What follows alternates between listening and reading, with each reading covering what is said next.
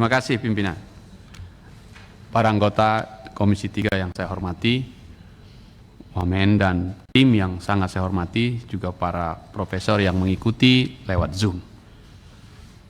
Tadi sudah sama kita dengar 14 item ini, konteks kita memang sore hari ini mendengarkan penjelasan setelah 1 tahun, sekitar begitu, diberi kesempatan kepada pemerintah untuk mensosialisasikan isu 14 ini, karena memang waktu itu, sejarah kita beberapa waktu yang lalu, ada masyarakat yang masih belum menerima atau belum bisa menerima isu-isu penting ini, dan karena itu kita sepakati untuk disosialisasikan. Hari ini telah disosialisasikan, sudah dilaporkan sosialisasi itu dan kita sudah dengarkan.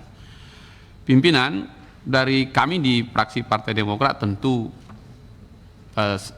pada track yang kita sepakati itu, kita hanya ingin memastikan sekali lagi pemerintah agar kita yakin betul bahwa publik bisa menerima ini karena sosialisasinya kita anggap sudah sempurna atau penuh gitu, penuh dia, sehingga partisipasi publiknya terpenuhi.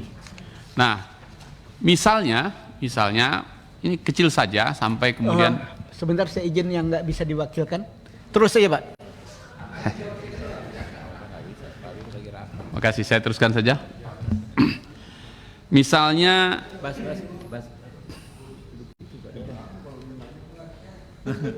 saya kira oke. Sebentar. Jadi saya teruskan. Misalnya 3-4 hari ini di publik juga sempat diskusi tentang LGBT, tadi sudah disampaikan. Padahal sebenarnya di dalam naskah ini secara lengkap sudah diatur di pasal 469, tapi bukan nama LGBT begitu.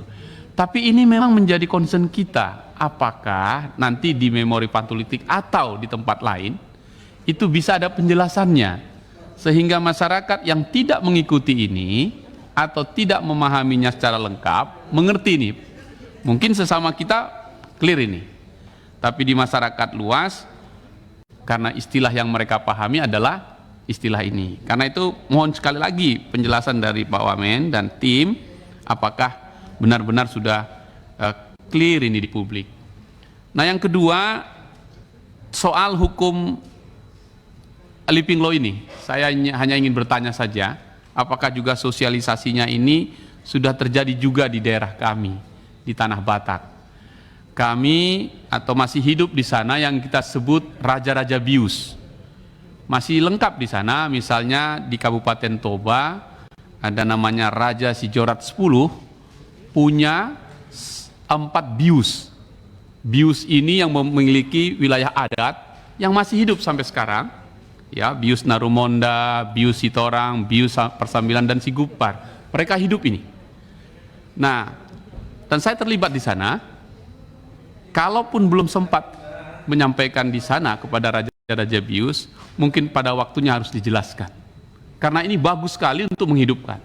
Kemudian di daerah Dairi, di situ ada Raja Turpuk. Raja Turpuk ini marga-marga Silalahi semua. Mereka mengambil keputusan di situ. Kemudian di Pangururan juga ada Raja bius, ya, Sitolukai Horbok. Istilah-istilah yang ada itu dan memang hidup sejak dulu. Tapi kemudian hilang, redup dia seiring dengan perkembangan zaman. Hari ini dia hidup lagi. Nah, karena itu mohon penjelasan lagi, apakah juga sudah sampai ke mereka. Yang terakhir, ini ramai sekali di Sumatera Utara, terutamanya di daerah perkebunan ini Pak Wamen. Perkebunan di sana, PTPN itu, di Indonesia ada 13, di Sumatera Utara itu ada PTPN 2, 3, dan 4. Ada ribuan, bahkan puluhan ribu ekor sapi yang lepas di wilayah perkebunan itu. Dan sampai sekarang itu kontroversi antara dilarang tidak dilarang begitu. Nah, dengan ini menjadi jelas, terutama deliknya menjadi material karena yang kaitannya benih, ya. Misalnya sawit, sampai umur 5 tahun dia masuk kategori benih karena dia tidak boleh disentuh oleh sapi, karena kalau dimakan sapi daunnya dia langsung mati.